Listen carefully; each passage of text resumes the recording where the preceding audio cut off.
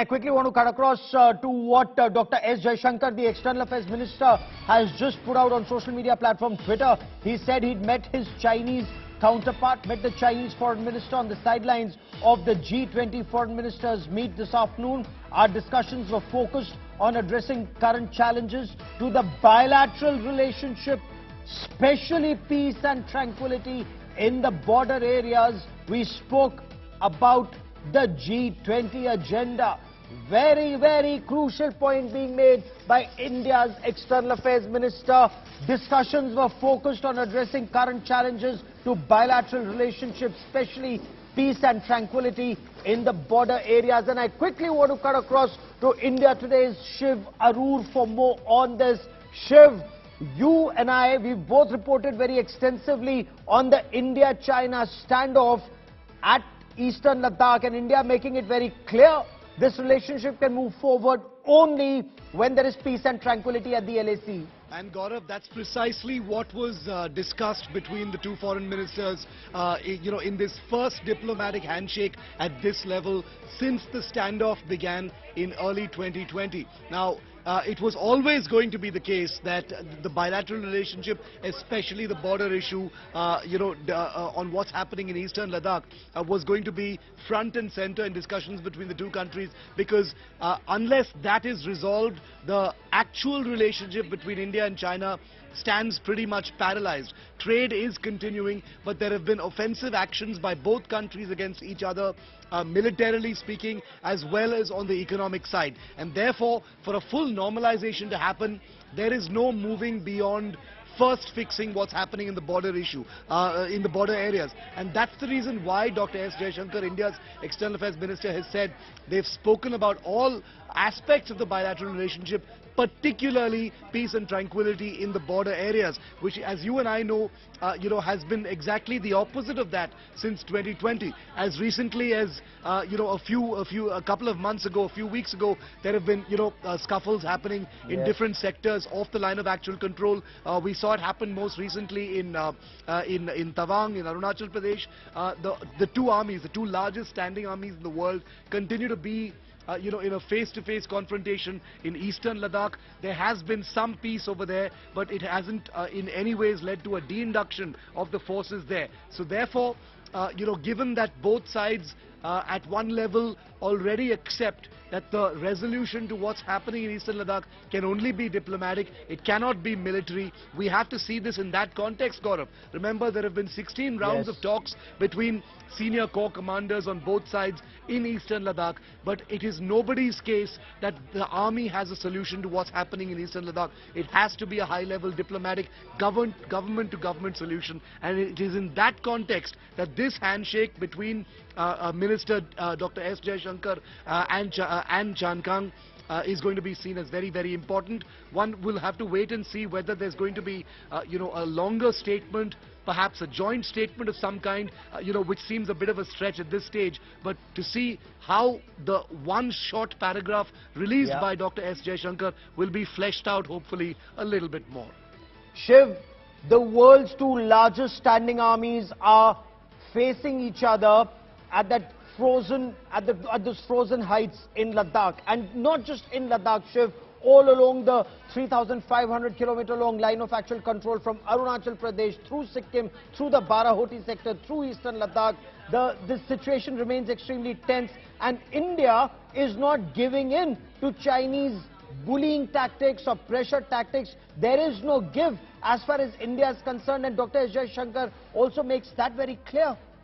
He's made it very clear, and he's said it before this as well. Just before the G20 Foreign Ministers meet, Dr. S. Jaishankar has been on record over the politics over what's happening on the China border. He's made it very clear that the strong actions that were taken by this government to send the armies over there. But, the fact is, with 3 winters gone off this particular standoff, China not being able to, meet the larger objectives that it wanted to, meet, as a result of this huge deployment in the Tibetan sector, means that even China feels stuck.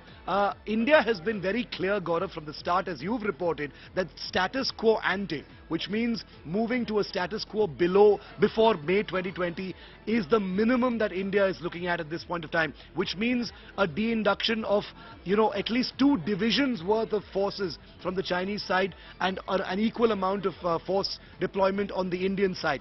That is the starting point of what India is willing to actually look at when it's talking about normalization of these bilateral relationships that the 2 ministers are speaking about at this point of time. But to reach that point, it's going to have to take a huge amount, a gargantuan diplomatic effort on both sides, because there may be a perception to many here in India that China has the upper hand and India is on the defensive, when in many sectors, as you and I have reported, Gaurav, it's actually quite the opposite, because China also feels entrenched and stuck. They need a way out of this situation as well.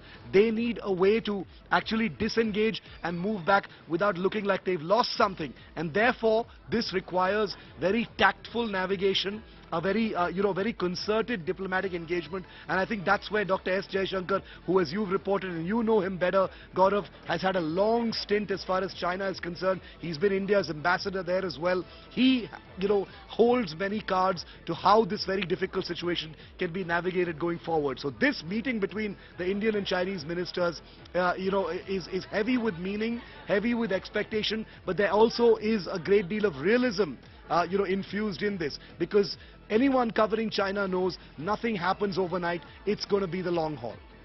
You're absolutely right, Shiv. And the fact that you mentioned, and that's very interesting, there is no chest thumping from the Indian side, specifically on some of those aspects that you've just raised, that there are a couple of sectors where India holds a couple of aces, but there is no conversation about that. Perhaps the effort is quite dialing down of tensions on both sides without giving in to the other. There is no compromising national interest. That's the point that seems to be made. Challenges to bilateral relationship.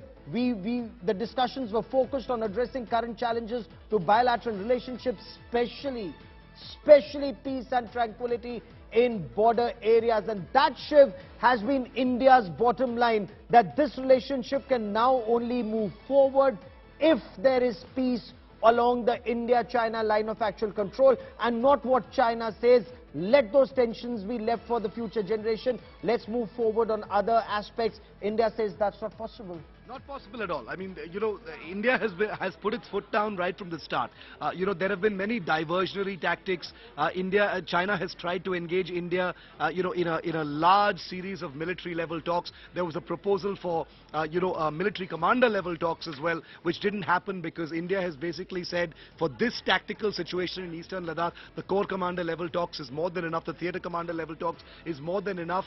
But any other engagement needs to be at the politico-diplomatic level, and that's what's happening here at the G20 Foreign Ministers meet, Gaurav. But going forward, I think the interesting thing to see right now, Gaurav, is to see whether the meeting between the Chinese minister and the Indian foreign minister, triggers a path ahead, what those next steps are, because those have been, tantalizingly missing.